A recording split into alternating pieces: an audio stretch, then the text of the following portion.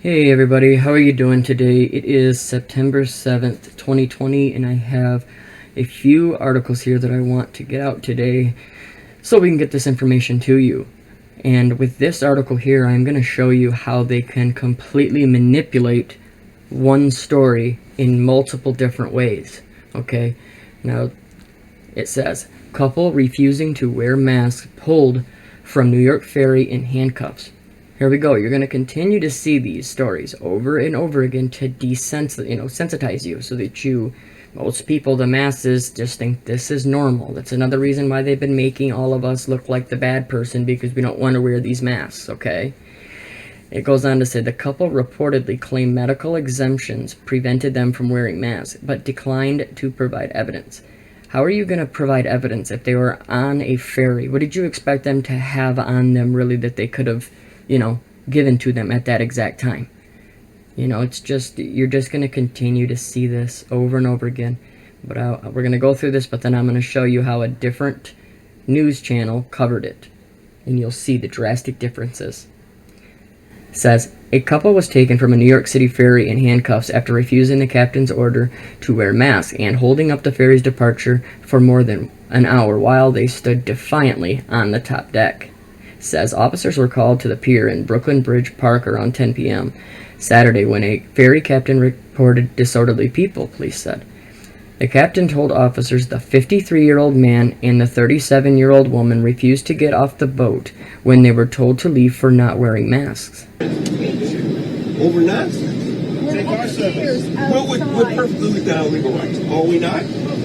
Take car service. If you have your proper documentation. Take car service. We paid for tickets. They're let us on. They're holding you up, not us. Take car service. In the advance statement, she was being targeted. He's being targeted. Are we within our legal rights, officer? Let me explain to you. Are we within our legal rights? Okay. So your thing that you have. The news site Gothamist reports that the pair claimed they have a constitutional right to ride mask-free because they have a medical condition that exempts them from the governor's CV protection order. They decline to provide evidence of their medical condition to an officer. I just would like to know how you could really have this on you. I mean, I guess you could if you were, preparing so that when you got there it would be like, you'd be able to give it to them, but that's just ridiculous to me. It says, as other ferry riders grew impatient with the delay, officers gave the pair a last chance to voluntarily leave before taking out the handcuffs and ticketing the people for disorderly conduct and violating an emergency order. I mean, it's right here in front of us. They're gonna start, these are gonna get worse and worse. Gonna be more and more arrests, more and more, things being done against people like you and I. It says, the NYC ferry is continuing to investigate the incident in question, a spokesperson said. The safety of our riders and crew is our #1 priority. We sincerely thank the NYPD for their rapid response to last night's incident, and we greatly appreciate the professionalism of our crew along with the patience of our riders. Okay, so now we just had that, right? And this is coming out of, it's NBC New York, okay? And you gotta see this.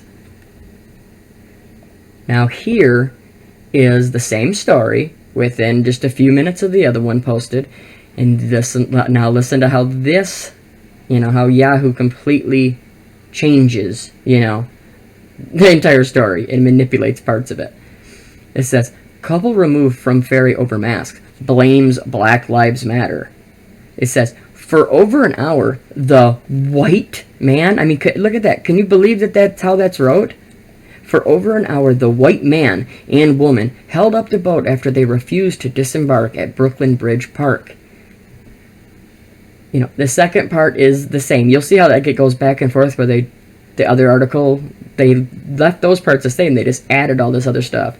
Because it says a couple from Bay Bridge, New York, and Enclave in Brooklyn was pulled from a city ferry and handcuffed after they refused to comply with the New York State mask mandate. Said, for more than an hour, the man and woman held up the boat after they refused to disembark at Brooklyn Bridge Park. The pair insisted that they had medical conditions preventing them from using face coverings mandated to prevent the spread of CV. Says, yet they failed to show officers any proof, and the man reportedly smoked a cigarette during much of the encounter. Like, why is that in there? It goes on to say here, it says, Jake Offenhart's a reporter for the Gothamist. See, they use the same link, you know, or same credit with this thing. But it says was on the scene and filmed the events, writing on Twitter that the couple encouraged him to keep filming. Does this not scream setup to you? A setup story? It says the couple told police that the ferry captain was shaming them and discriminating against them. It says, we're being targeted. We're being shamed. I spoke to the couple prior to this. They're planning to sue and encouraged me to film. But here we go. This is how you can just tell how much they manipulate this. It says, if we were effing black, I can guarantee you that the guy would never come out and tell us to put a mask on. The wife ranted. Right, because Black Lives Matter, her husband agreed. I mean, can you believe, right? How is this put into here like this when you have the other article right here that has none of that in there?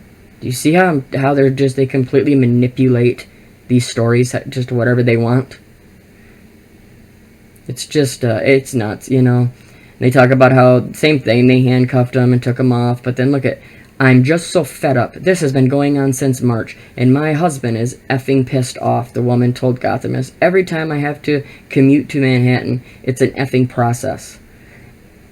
After being removed from the boat, the couple was given summons for disorderly conduct. You know, it's like, you can see this, alright? So obvious right here in front of you.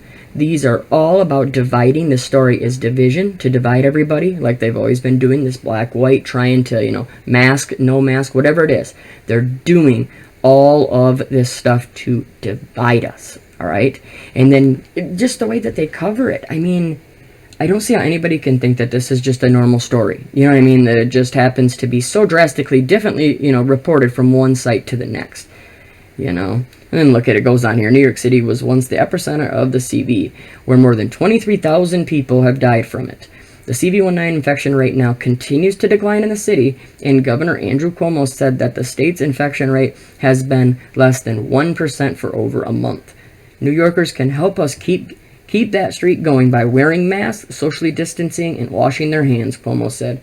Our actions today determine the rate of infection tomorrow. See this? It's just one story after another, right? Telling you, if you don't do what we say, we're going to have to lock you down. If you don't, you know, if you don't go get tested, if you don't get, you know, take our vax, we're going to have to lock you down. You know, this is coming. You can see it in all these different headlines. You know, it's just crazy, because we're going to see this over and over again. So please make a plan. You know, make sure that you've talked to all your family and you're ready to go if something like this happens, because you can see it happening everywhere, not only in the United States, but everywhere in the world. And if anybody thinks that wearing the mask, you know, a mandatory mask law is the end of this, they're just delusional, because obviously the end of it all is the vax, which we've seen over and over again. Everybody have a great day. Continue to pray against all this that's being brought upon us, and we'll definitely get through. No fear. Stay strong. Stay safe.